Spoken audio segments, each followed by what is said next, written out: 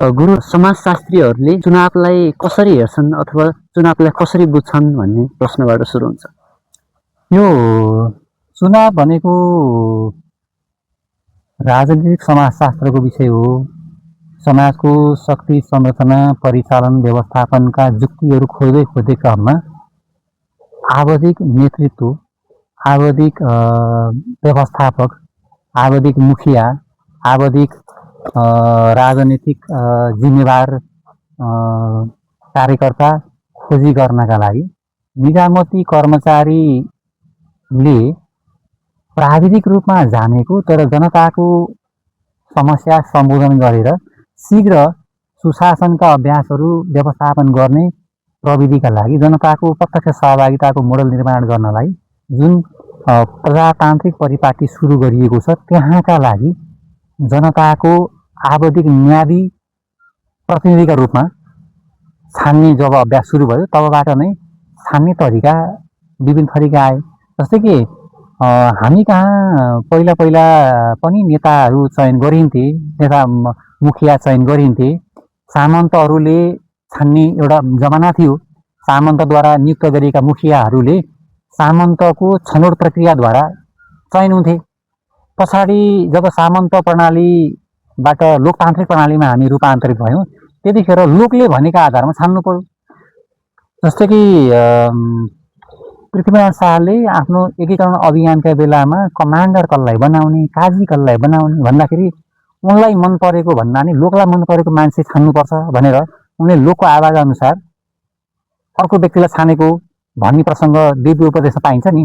हो त्यसै गरी लोकले कसलाई चयन गर्दछ त्यो लोकसम्मत लोक छनौटमा परेको पात्र छान्नुपर्छ भन्ने धारणादेखि नै त्यसलाई व्यवस्थापन गर्नका लागि यो चुनाव भन्ने अभ्यास सुरु भएको हो। अब मैले सुनेको 2015 साल ताका त्योभन्दा अगाडि गाउँको प्रधान वा मुखिया छान्दाखेरि टुडी खेलमा मान्छे गाउँभरिका घरधुरीको एउटा मान्छे फेला गर्ने अनि को इच्छा गर्छौ नेता हुन, मुखिया हुन, प्रधान हुन भनेर सोधे पछाडि जो म प्रधान हुन्छु भने दावा गर्छ अनि त्यो मान्छेलाई अगाडि उभ्याउने र ल यसको पक्षमा कतिजना मान्छे छौ यतापट्टि दायाँपट्टि बस, यसको पक्षमा को छौ बायाँपट्टि बस भनेर बिचको सहजकर्ताले भन्ने या त्यो सामन्तको प्रतिनिधि वा बडा हाकिम कोही हुन्थ्यो उसले भनिसके पछाडि मान्छेका आधारमा उम्मेदवारका आधारमा सहमत र फरक सहमत भएको ग्रुप चाहिँ छुटिने अनि टाउका गनेर यसका पक्षमा धेरै टाउका देखिए यो अहिले छानियो भनेर घोषणा गर्ने चलन थियो अरे। अहिले आइसकेपछि त हामी गोप्य मतदान, त्यो त ओपन मतदान भयो। त्यसो के भने ए त फलाना पक्षमा लगाएको मेरो पक्षमा नलागेको भनेर उसलाई वर्षैभरि दागा गर्ने भयो भनेपछि गोप्य रूपमा मत प्रकट गर्न पाए पो बल्ल उसको गोपनीयता सुरक्षित हुन्छ नि। यसका नागरिकको गोपनीयता सुरक्षित गर्ने त्यो मानव अधिकारवादी दृष्टिकोणले उसको पनि आवाज सुरक्षित हुन्छ भन्ने विश्वास भइसके पछाडि त्यो जब हामी त्यो लेभलमा विकास भयौँ तब गोप्य मतदान निर्वाचन चिन्हका आधारमा मतदान गर्ने अभ्यास सुरु भयो। अब निर्वाचन चिन्ह किन प्रयोग गरियो भन्दा सबैजना मान्छे त सावला अक्षर 12 अक्षर पढेका हुँदैन थिए। चिन्ह लोकप्रिय चिन्ह, फरक फरक चिन्ह जो लोक व्यवहारमा भएका हलो, कुटो, कोदालो, अँसिया, सूर्य, तारा, चन्द्रमा पनि पूर्ण चन्द्र होइन कि त्यो औँसीको चन्द्रमा अथवा पञ्चमीको चन्द्रमा जस्तो त्यस्तो टाइपको लोकप्रिय चित्रका आधारमा भोट हाले पछाडि त्यो नपढेको मान्छेले पनि आँखाले यो चिन्हले फलानालाई प्रतिनिधित्व गर्छ भनेर त्यो चिन्हमा सहमति गर्ने अभ्यास सुरु भयो।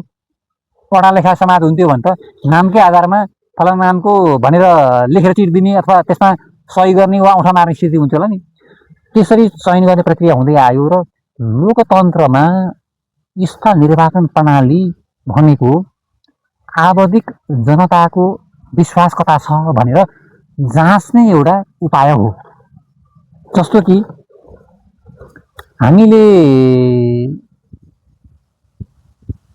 यो विद्रोहको जमाना, सशस्त्र विद्रोहको जमानाबाट शान्ति स्थापनाको प्रक्रियामा आउँदाखेरि हरेक स्थानीय तहमा सर्वदलीय संयन्त्र बन्ने अभ्यास गरियो।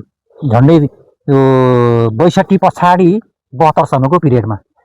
त्यतिखेर सर्वदलीय भने के हो भन्दाखेरि पार्लियामेन्टको चुनाव भएको थिएन। पार्लियामेन्टका आधारमा छान्न त मिलेन। अनि स्थानगत रूपमा जुन जुन दलका कार्यकर्ताहरूले आफ्नोलाई पहिचान गराएका हुन्छन् ती सबै दलका मान्छेलाई भेला गर्ने भने पछाडि भइदियो के भन्दा त्यहाँ धेरैजना जानलाई त धेरै पार्टी खडा गर्नु पर्यो नि। अनि नयाँ नयाँ पार्टी खडा गरेर त्यो संयन्त्रमा प्रवेश गरेर सर्वदलीय संयन्त्रका आधारमा हाम्रो पनि अलिअलि सुनिदेऊ न, हाम्रो पनि अलिअलि माग सम्बोधन गरिदेऊ न, हामीलाई पनि अलिअलि बजेट पारिदेऊ न भन्ने तरिकाको अभ्यासले पनि हामीले अभ्यास गरेकै हो। त्यो सर्वदलीय संयन्त्रको अभ्यास गर्दाखेरि यो के भयो भन्दाखेरि जनता कुन दललाई हामीले सर्वदलीयमा राख्दाखेरि जनताकै प्रतिनिधि भएको हुने हो भने फेरि आधार भएन। जनता कुन दलमा छन्, यहाँ भाग कुन दलमा लिएर आएको छ भन्दाखेरि त त्यो त कन्फ्युज भयो नि। त्यस कारणले हामीलाई के भयो भने कुन दल साँच्चीकै जनताको विश्वासवाला हो र कुन दल नाम मात्रको हो भन्ने पत्ता नलगाएसम्म सर्वदलीय संयन्त्र प्रभावकारी भएन। त्यस पछाडि आम माहौल के बन्यो भने संविधान सभाको चुनाव भयो नि, गर जे गर्छौ गर त चुनाव गर र जनताको विश्वास भएको प्रतिनिधि मात्रै त्यहाँ जाने गर। यो सर्वदलीय नाममा दलतन्त्रको स्थापना गर्ने, दलतन्त्रको प्रतिनिधिका नाममा उसले राजकीय सुविधा प्रयोग गर्ने स्थिति नबनोस् भनेर हामीले चुनाव माग्दै गयौँ। चुनाव पनि भयो, के नै भयो भन्ने अभ्यास पनि गरौँ। 72 पछाडिको 82सम्म आउँदाखेरि 10 वर्ष त हामीले निर्वाचित प्रतिनिधिद्वारा शासन गर्ने, चुनावद्वारा छानिएका प्रतिनिधि पठायौँ होइन। संसदीय अभ्यासमा राष्ट्रिय सभा र प्रतिनिधि सभाको अभ्यास पनि गरौँ। स्थानीय सरकारका मामिलामा, प्रदेश सरकारका मामिलामा पनि जनताद्वारा चुनिएका मान्छे पठायौँ। त्यो शासकीय अभ्यास के भयो भन्ने कुरो यो तपसिल बाँकी नै छ। दलको घोषणापत्रका आधारमा उनीको आचरण भयो भएन भन्ने कुरो समीक्षाकै विषय हो। तर निर्वाचनले के गर्दो रहेछ भन्दा कुन दलका लागि जनताले अहिले शासकीय हैसियत दिए र कुनलाई दिएनन् भनेर छान्ने आधार के त भन्दा निर्वाचन नै हो। हामीले 64 सालको पहिलो प्रतिनिधि सभा संविधान सभाको चुनावमा जनताले प्रकट गरेको मत र दोस्रो संविधान सभामा जनताले प्रकट गरेको मत एउटै पाइएन नि, फरक पाइयो नि होइन। त्यस पछाडि संसदीय चुनावमा आएको प्रतिनिधि पनि फरक फरक छ। अहिले 82 सालमा फेरि नयाँ चुनाव आइरहेछ। अनि जनता के भन्दैछन्, हामीले पहिला पठाएकाहरूद्वारा निर्माण गरेको संसदप्रति विश्वास भएन, हामी नयाँ छान्न पाउनुपर्छ, हाम्रो आवाजको प्रतिनिधित्व गर्न पाउनुपर्छ, हामीले उनीहरूलाई नैतिकवान देखेनौँ, उनीहरूले जे गर्छु भनेका थिए त्यो गरेनन्, नगर भने चाहिँ बढी गरे भन्ने जनताको गुनासो भइरहेको हो। र अहिले हामीले यो मिडटर्म मध्यावधि चुनावको रूपमा नयाँ अभ्यास पाइरहेछौँ। अनि यो बेलामा चुनाव भएन भने के होला, चुनाव भएन भने कुन चाहिँ दलको प्रतिनिधिलाई हामीले मुखिया मान्ने, योभन्दा अगाडि छानिएकाहरूप्रति त जनताको विश्वास छैन त। हामीसँग रिकल सिस्टम छैन। मैले विश्वास गरेको नेताले मेरो विश्वास डगमगाएको हुनाले मेरो भोट फिर्ता लिएँ भनेर भन्ने कानुनी अवसर नभइसके पछाडि त हामीले कुर्ने त चुनावै हो। चुनाव नभएसम्म त उसले के गर्छ, त्यो 60 महिनाको म्यादी सेवकले 60 महिना आफूलाई त शमशेर ठान्छ र चाहिँ दबदबा गर्यो भन्ने हामीलाई पीडा भएर नि हामीले जनताले छिटो छिटो चुनाव भएर नयाँलाई पठाउन पाए अथवा हाम्रो नयाँ प्रतिनिधिको पठाउन पाए र पुरानो जसले हामीलाई बेवास्ता गर्यो, हाम्रो विश्वासलाई धोका दियो, उसलाई हामीले ब्याक गर्न पाइन्थ्यो भने चाहना गरे हो।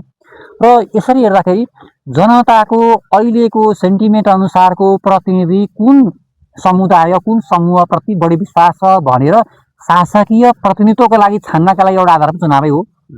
र जनताले कस्तो खालको स्कुल अफ थटलाई अहिलेको शासन व्यवस्थाको मोडल बनाउन चाहिरहेका छन् भन्ने आकलन गर्ने आधार पनि चुनावै हो। हामीसँग समाजवादी, साम्यवादी, प्रजातन्त्रवादी, राष्ट्रवादी, राजतन्त्रवादी वा सनातनवादी वा के भन्छ निरपेक्षवादी विभिन्न विचारधाराले शासन गर्न चाहिरहेको हामी आधिकारिक हौँ भन्ने दावा गरिरहेको अवस्था छ। अनि कुन चाहिँ दावालाई हामीले बहुमत जनताले रुचाएको भनेर आधार मान्ने, त्यसको आधारमा चुनावै हो। त्यस कारणले चुनाव नगरिकन यो नै अहिले बहुजनको रुचाइएको पद्धति हो भनेर त आकलन गर्न मिल्दैन। त्यस कारणले जनताले आफ्नो प्रतिनिधित्वको आवाज, हाम्रो स्कुल अफ थट, हामीले यस्तो मोडलको शासकीय व्यवहार चाहन्छौँ भन्ने कुरो त्यही प्रतिनिधि मार्फतले प्रकट गर्ने सम्भावना भएको त्यो प्रति छान्ने तरिका चुनावै हो। त्यस कारणले चुनाव भनेको समाजको विचारधाराको आकलन गर्ने, समाजको वैचारिक नेतृत्वको आकलन गर्ने, शासकीय भूमिकामा कसलाई पठाउन जनता चाहिरहेका छन् भने थाहा पाउनको लागि आधार मान्ने र अर्को कुरा, सेना, प्रहरी, निजामतीले कुन नेताले भनेको कुरा पत्याउने अथवा आदेश पालना गर्ने भन्ने कुरो पनि बहुमतद्वारा स्वीकार गरिएको, बहुजन जनताले रुचाइएको विचारधाराको नेतृत्वले भन्यो भने उसले टेर्ने, उसलाई नैतिक। तर जनतामा विश्वास नभएको अर्को कुनै टुकडीबाट उसलाई रुल गर्यो भने नि मैले यसले भने बहुजनले त मलाई विरोध गर्छन्, भोलि मेरो नैतिक हैसियत पनि त गुम्छ नि भनेर उनीहरूले नटेर्न सक्छन्। त्यति बेला लिडरसिप क्राइसिस भन्छ कि नेतृत्वको सङ्कट सुरु हुन्छ। दिएको आदेश पालना नगरौँ भने कानुनले उसलाई जुन पद दियो पदको आदेश पालना गर्ने भन्ने मेरो दायित्व भन्छ। मानौँ भने ऊ त बहुमतले रुचाइएको पात्र हो भन्ने आधारै छैन। अनि त्यो जुन स्थायी सरकार छ नि, निजामती सरकार छ नि, त्यो निजामती सरकारलाई पनि चुनाव जरुरी छ कि हामीले कस्तो शासन व्यवस्थालाई सहयोग गर्नुपर्छ भनेर जनताले नै भनिदिए भने जनताको बहुमत, जनताले रुचाइएको व्यवस्था यो, यसका लागि हामी जनताको करबाट बाँचेका हुनाले हाम्रो दायित्व जनताको मागको सम्बोधन गर्नु हो भनेर त्यो सरकारलाई डिजुरे डिफ्याक्टो तरिकाबाट अनुमोदन गर्नका लागि पनि चुनाव जरुरी हो। त्यस कारणले त्यसका लागि पनि निर्वाचन जरुरी छ। त्यस कारणले हामी समाजशास्त्रीहरूले चुनाव भनेको शासनमा पठाउने पात्रको चयन गर्ने माध्यम मात्रै होइन, जनताले कस्तो खालको आइडियोलोजिकल लिडरसिप खोजिरहेका छन् भन्ने आकलन गर्ने एउटा माध्यम पनि हो। हामी कस्तो मोडलको विकासे ढाँचामा जाने चाहने गर्ने, कस्तो सपना देख्ने भन्ने सपना निर्माण गर्ने आधार पनि त्यही चुनावै हो।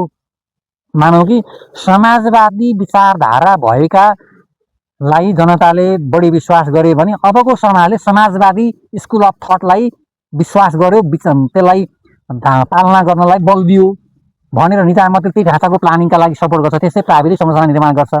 होइन, यो उसले योभन्दा अगाडि भनेकाहरूले भनेअनुसार पनि गर्यो भने गरेको कुरो पनि हाम्रो मागलाई सम्बोधन भएन, हामी त्यसलाई बताउन चाहन्छौँ भनेर अर्को नयाँ विचारधारालाई जनताले अनुमोदित गरे भने शासन त जनताको हो। जनताका प्रतिनिधि 60 महिनाका लागि म्यादी नोकर हुन्।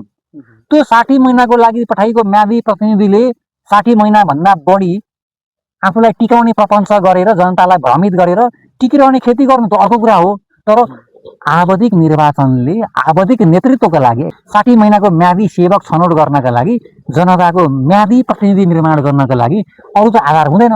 मलाई मन पर्यो भनेर भएन, शासनमा हुनेहरूको सम्पर्कमा रहेको, नाफा परेको, लेनदेन नाफाखोरमा सम्पर्क भएको भन्ने आधार त भएन।